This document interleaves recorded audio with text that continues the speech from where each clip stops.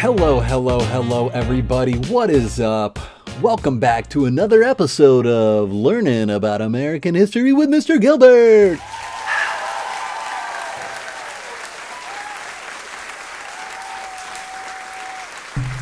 Okay, so today's focus is the Constitution. What we've been talking about over the last week or two is the Constitutional Convention, where our founders, our framers, whatever you want to call them, were setting up our new Constitution after the Articles of Confederation were failing. And in our previous set of instructions, we were talking about the formation of our government, how we were going to have enumerated and reserved powers, how we're going to have separation of powers, how we're going to have checks and balances, and all of these systems were going to keep the government from becoming too powerful. Okay, we don't want another tyranny. So today the focus is going to be getting into the finer details of the Constitution. Now, this video specifically, I'm only going to be focusing on the introduction, known as the Preamble, and giving you kind of the outline of the Constitution itself. And then Mr. Klein is going to be taking Articles 1, 2, and 3, so we're going to see some videos from him also. That's pretty much the intro, so let's go ahead and get into it. All right, here we go. Chapter 4, Section 3, Explore Tab 1. You don't have any reading or video notes for this video. Just want you to watch it, pay attention, and just take it in. Just take it in. Just soak it in. It's going to be good. We'll see. Okay, features of the Constitution. How is the Constitution organized? Again, this video is all about giving you a 1,000-foot view of the Constitution before we get into the finer details with Mr. Klein's videos. A constitution creates and organizes a country's government and outlines how it operates. The United States Constitution is the oldest national constitution in use today throughout the world. It is also one of the shortest. The Constitution can be organized into the following parts. There's the introduction, which is known as the Preamble. The second part are the parts of the government. These are Articles 1 through 3. Then, how the government works, Articles 4 through 7. And lastly, the amendments. And the amendments are the changes that have been made to the original Constitution, kind of like add-ons to the document itself. Now, before I get going, I just want to point out how the Constitution is a lot like a history textbook or a textbook in general, where you've got the title and then you've got different chapters or you've got different subheadings. The whole document itself is one whole collection of different aspects of the government. Okay, it all falls under the United States Constitution, but each section or subheading is going to be its own article. And then under the articles, there are different sections within the articles. So you've got like a whole title, you've got chapters, and then you've got subheadings within the chapters. So it's kind of set up like a textbook. Okay, the Preamble. The Preamble is an introduction. The Preamble to the Constitution is a single sentence that explains the purposes of the Constitution. The Preamble begins with the phrase, "We the people," which you saw in your opening RBG quote that I put in, which reflects the important idea that the power of the government comes from the people. We the people. We established in the Declaration of Independence that government will get its power from the consent of the governed. And the governed is us. We, the people. Oh, see how that works there? That idea, known as popular sovereignty, is the heart of the United States government. The rest of the Preamble lists 6 different goals of the Constitution. Now, before I move on, I just want to point out that one word in the last sentence, goals. The Preamble is all about setting the intent of the Constitution. When we do something, whether it's in government or everyday life, there's almost always a reason why. There's an intent. We are intentionally doing something. And the Preamble is all about setting the intent for the rest of the Constitution. What is the purpose of this document going to be? What is the purpose of government? Okay, what is the why? Why are we doing what we are doing? And that's really what the Preamble sets us up with. Okay, number 2, parts of the government. These are Articles 1 through 3, and this is the meat and potatoes of the Constitution. The main body of the Constitution is made up of 7 articles or parts. The first 3 articles describe the 3 branches of the federal government.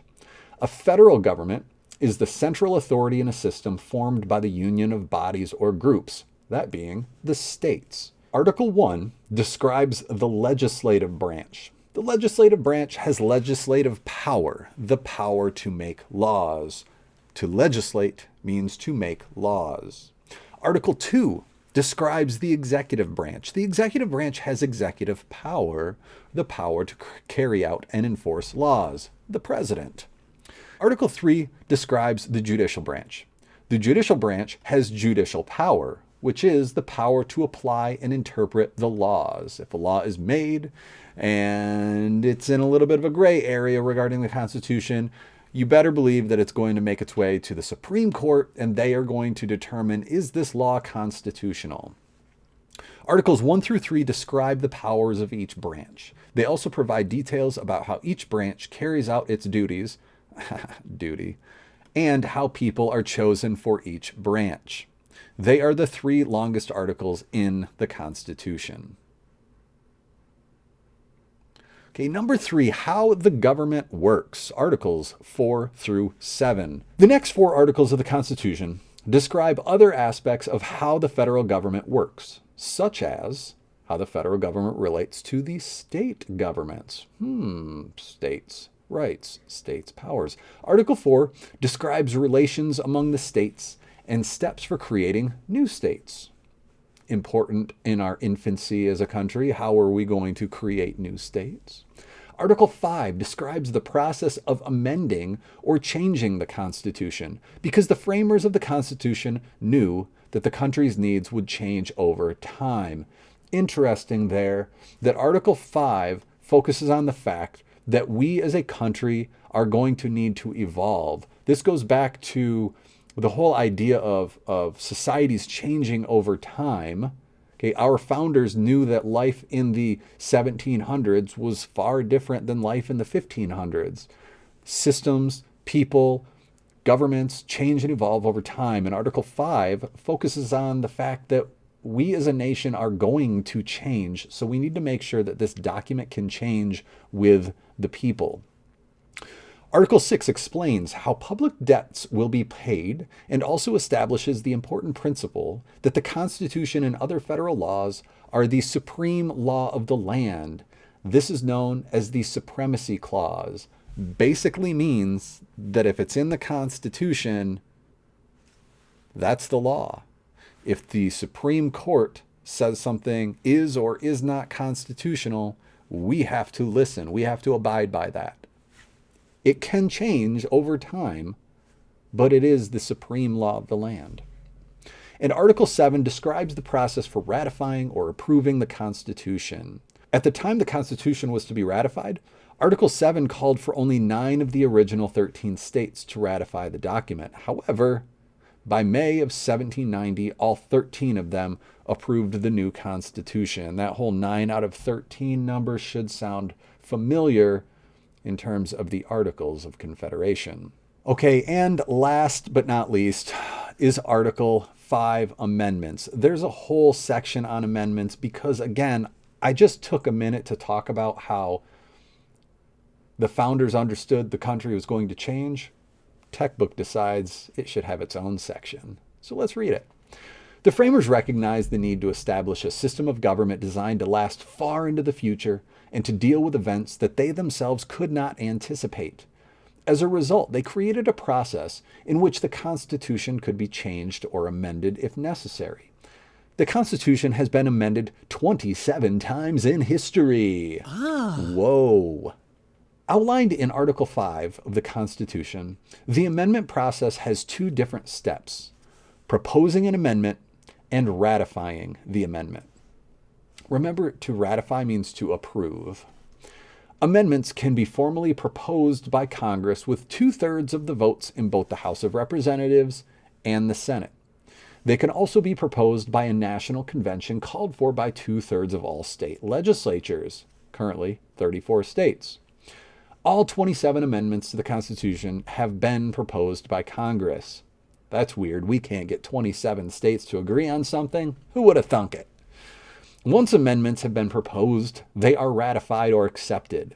If they are approved either by 3/4 of the legislatures of the states, currently 38, or by conventions held in 3/4 of the state, 26 of the 27 amendments to the Constitution have been ratified by the state legislatures.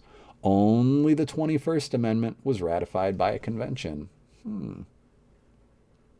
The Constitution has been amended for a variety of purposes. The first 10 amendments, known as the Bill of Rights, that's next week's focus, were proposed and ratified to address concerns that the federal government might exercise unlimited power if the Constitution did not list rights that should be retained by the people in the states. Now, this, just quickly, goes back to that idea of the Constitution being the supreme law of the land.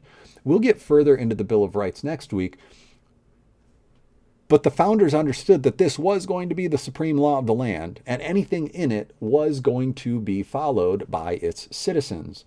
So the Anti-Federalists, they wanted to make sure that these protections for the people, protections against the government, were going to be the supreme law of the land. They wanted to make sure that every citizen had the right to practice whatever religion they saw fit, or no religion at all. The right to say whatever they want without the fear of the government punishing them. They wanted to make sure that citizens had the right to have a lawyer if they were going to be accused by the government of committing a crime. They wanted to make sure that the citizens had a protection against the government, to make sure the government couldn't just put troops in their homes in peacetime. So this Bill of Rights being applied to the Constitution, making it the supreme law of the land, was very important to the Anti-Federalists, which is what led to the ratification of the Constitution. Okay, let's keep going. After the Civil War, the 13th, 14th, and 15th Amendments were added to protect the rights of African Americans who had recently been freed from slavery. Ratified in 1920, the 19th Amendment guaranteed voting rights to women.